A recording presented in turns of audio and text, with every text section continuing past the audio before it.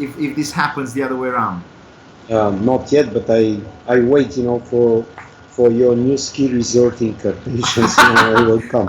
Impossible to beat Bulgaria on many fronts, especially when it comes to skiing and also to the Black Sea. You have the beautiful sand there close to Varna. And you used to be unbeatable when it came to the BT, the cigarettes, unbeatable when it came to the Schweppes. In the 1980s, the Bulgarian trains from Sofia were, well, the El Dorado of my childhood, Krassen. I cannot but thank you for everything you did but to in make... the 60s, it was the other way around. In the 60s, there were lots of beautiful Swedish girls coming to Mamaia and Kostinest.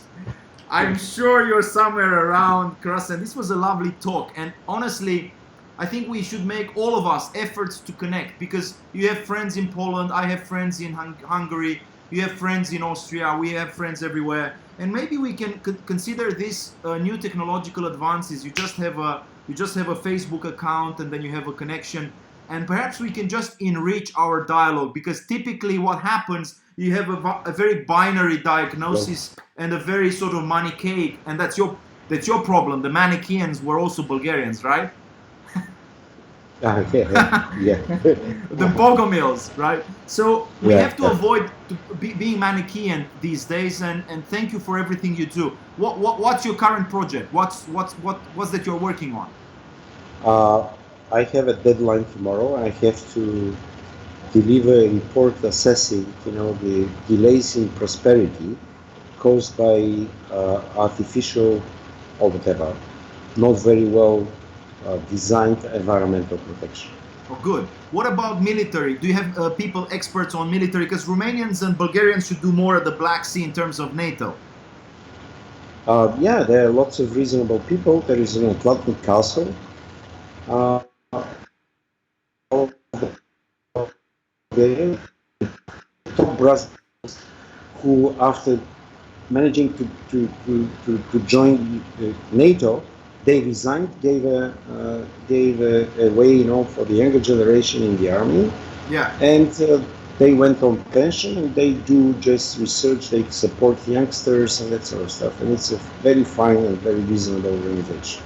One last thing for you, Krassen. You wrote a beautiful piece for Acton Institute in which you have refuted the shallow idea that Eastern Orthodoxy is incompatible with modern capitalism. What's the gist of your argument, Krassen? The communist governments started destroying the church immediately after the Soviet army entered our countries. And this is a common phenomenon, not only for Orthodox countries, but this is a common phenomenon for the Catholic countries as well. So even for the Muslim countries as well. I mean, if you take ex-Yugoslav, sections of Bosnia and Herzegovina, Albania, and that sort of stuff.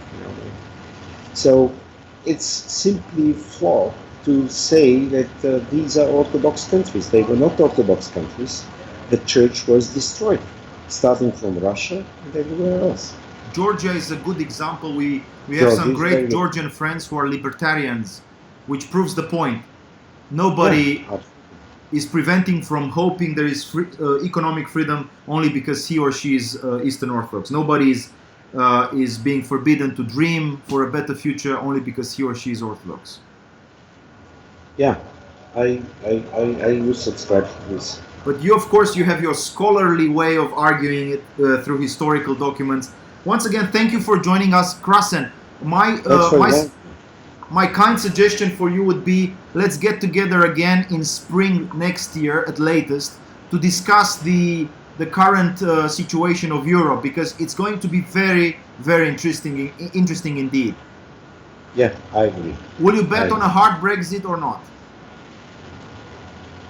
I basically don't feel that the Brexit is a big problem, if properly tackled. There are two tendencies in the European Union. One is, liberalize. The other one is centralize.